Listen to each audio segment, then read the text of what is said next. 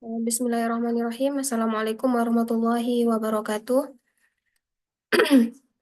Pada kesempatan kali ini kita akan membahas tentang kepemimpinan Islam pada keadaan umat Islam atau perkembangan peradaban Islam pada masa Khulafaur Rasyidin, khususnya pada masa Khalifah Utsman bin Affan. Terlebih dahulu, eh, nama lengkap dari Khalifah Utsman bin Affan itu adalah Utsman bin Affan bin Abi Al-As bin Umayyah bin Abdus Syams bin Abdi Manaf bin Qusay bin Kilab bin Murrah bin Ka'ab bin Lu'ay bin Walid Al-Quraisy Al-Umawi Al-Makki Al-Madani. Nah, Khalifah Utsman bin Affan ini dari dahulunya, bahkan sebelum beliau masuk Islam, beliau dikenal sebagai orang yang sangat lembut, orang yang berperilaku baik, sangat pemalu, hatinya bersih, dan juga dikenal dengan kesucian lisannya serta kesopanannya. Nah, secara umum, Khalifah Utsman bin Affan ini bahkan hampir tidak pernah menyakiti hati seseorang. Oke, Khalifah Utsman bin Affan ini lahir di Makkah pada tahun 576 Masehi atau lebih kurang 5 sampai 6 tahun setelah kelahiran Rasulullah. Nah, Utsman bin Affan ini juga atau digelari dengan Zunur Ain, yaitu pemilik dua cahaya. Hal ini dikarenakan beliau menikahi dua putri Rasulullah, yaitu Ruqayyah dan Ummu Kalsum. Nah, Utsman bin Affan dikenal sebagai khalifah atau dikenal sebagai seorang saudagar yang kaya raya. Ya, bahkan kekayaan beliau sampai sekarang pun masih ada.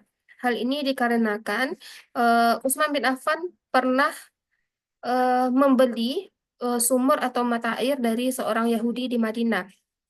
Nah, jadi waktu itu umat Islam di Madinah sedang mengalami masa kekeringan dan sehingga air sumur itu tidak ada. Pada akhirnya mereka meminta kepada air sumur punya milik seorang Yahudi. Nah, namun dia tidak memberikannya dan oleh Utsman bin Affan untuk memudahkan atau untuk kemaslahatan orang banyak umat Islam secara umum, maka dibelilah oleh Utsman bin Affan sumur tersebut dan tanah di sekitarnya.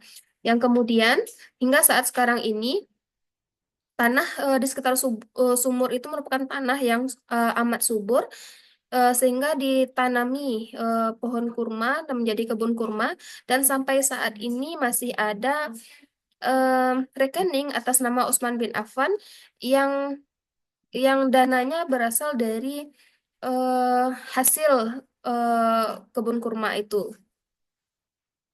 Nah, Utsman bin Affan ini merupakan khalifah ketiga dari Khulafaur Rasyidin. Eh, dari Khulafaur Rasyidin ya. Nah, kita membahas terlebih dahulu bagaimana pemilihan Khalifah Utsman bin Affan sehingga dia bisa menjadi seorang khalifah. Nah, Utsman bin Affan ini dipilih menjadi khalifah itu berdasarkan keputusan atau musyawarah yang dilakukan oleh Dewan Syuro. Nah, Dewan Syuro ini merupakan dewan permusyawarahan yang dibentuk pada masa Khalifah Umar bin Khattab yang tugasnya itu adalah menyeleksi atau mencari siapa yang kompeten atau siapa yang layak untuk menjadi khalifah setelah Umar bin Khattab.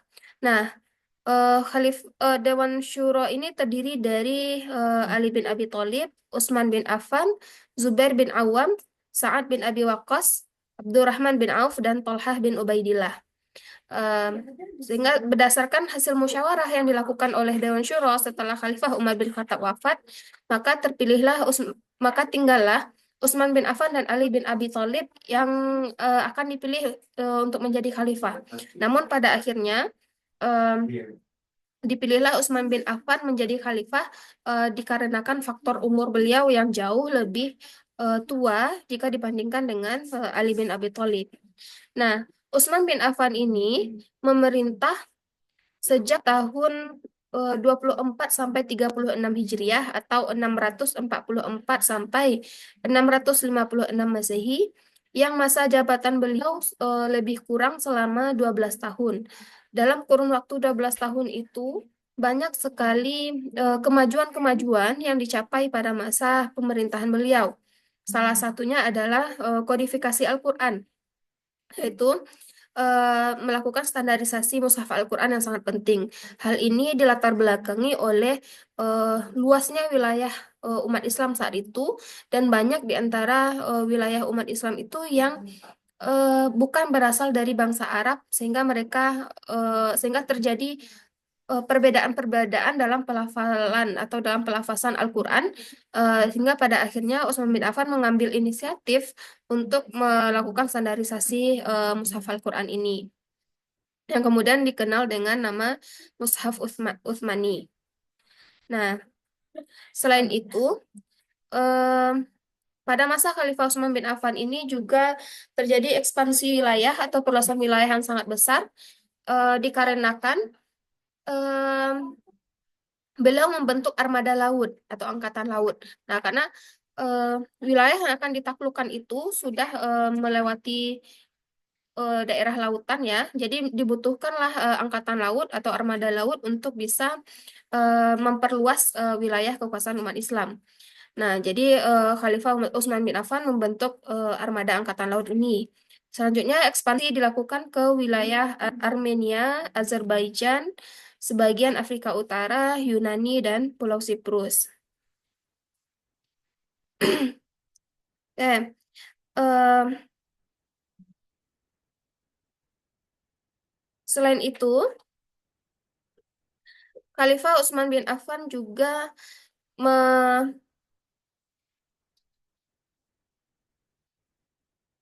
eh, selain itu, Khalifah Utsman bin Affan juga melakukan perluasan eh, Masjid Nabawi dan juga renovasi Masjid Nabawi itu. Eh, Juga membangun infrastruktur berupa jalan, bangunan, dan sekolah-sekolah yang memang dibutuhkan oleh umat Islam. Dari segi perkembangan dalam bidang pendidikan, Khalifah Utsman bin Affan melanjutkan apa yang dilakukan oleh Khalifah Umar bin Khattab, yakni mendirikan sekolah-sekolah, kemudian menggaji guru, kemudian sudah memisahkan antara pendidikan untuk orang dewasa dan pendidikan untuk anak-anak. Serta namun yang menjadi perbedaannya adalah pada masa Khalifah Umar bin Khattab menganjurkan kepada para sahabat senior untuk tetap berada di Madinah. Namun pada masa Khalifah Utsman bin Affan, beliau membolehkan kepada sahabat-sahabat senior ini untuk eh, bersafar atau melakukan perjalanan ke berbagai wilayah yang mereka inginkan gitu ya.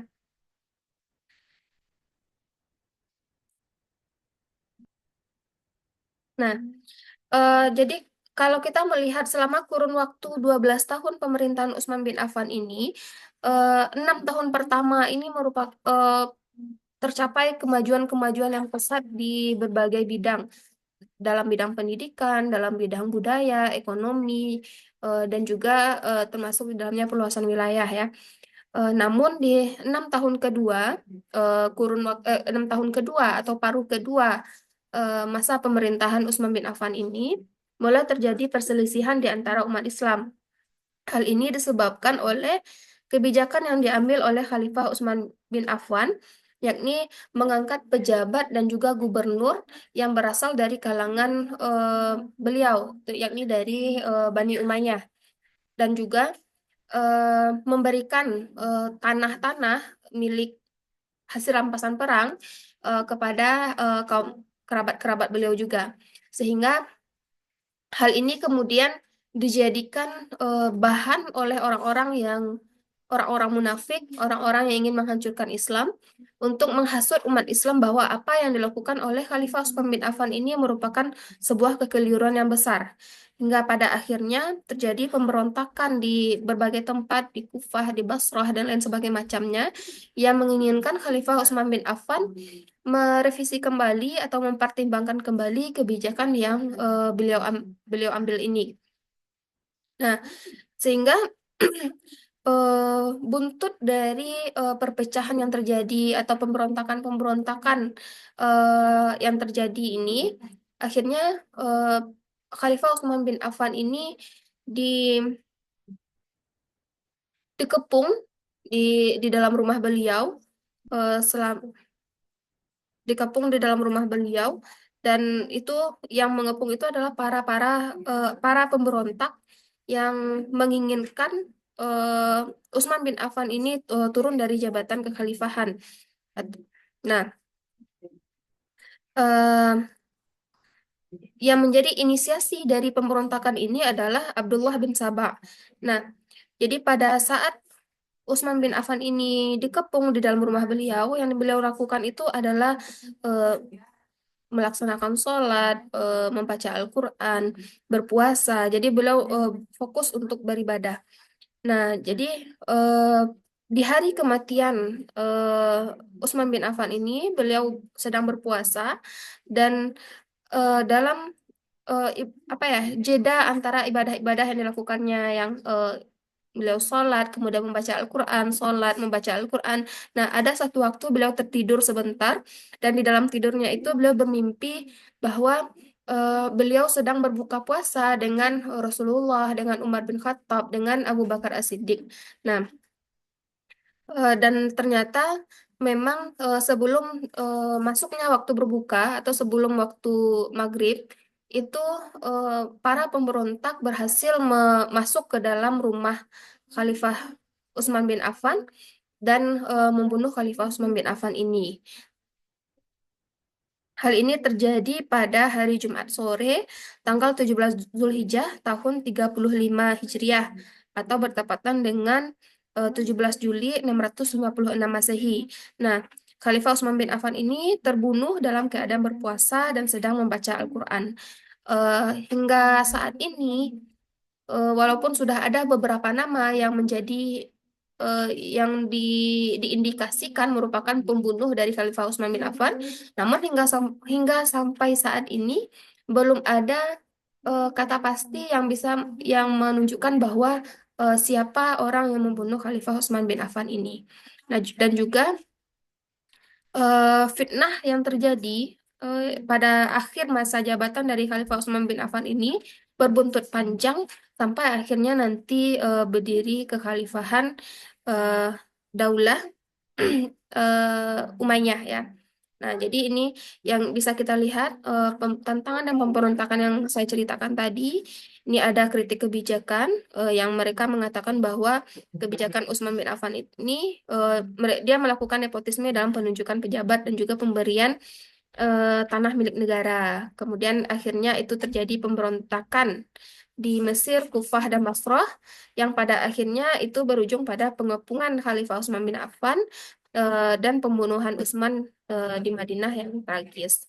Oke, untuk masa pemerintahan Khalifah Utsman bin Affan kita cukupkan sekian. Akhirul kalam, Assalamualaikum warahmatullahi wabarakatuh.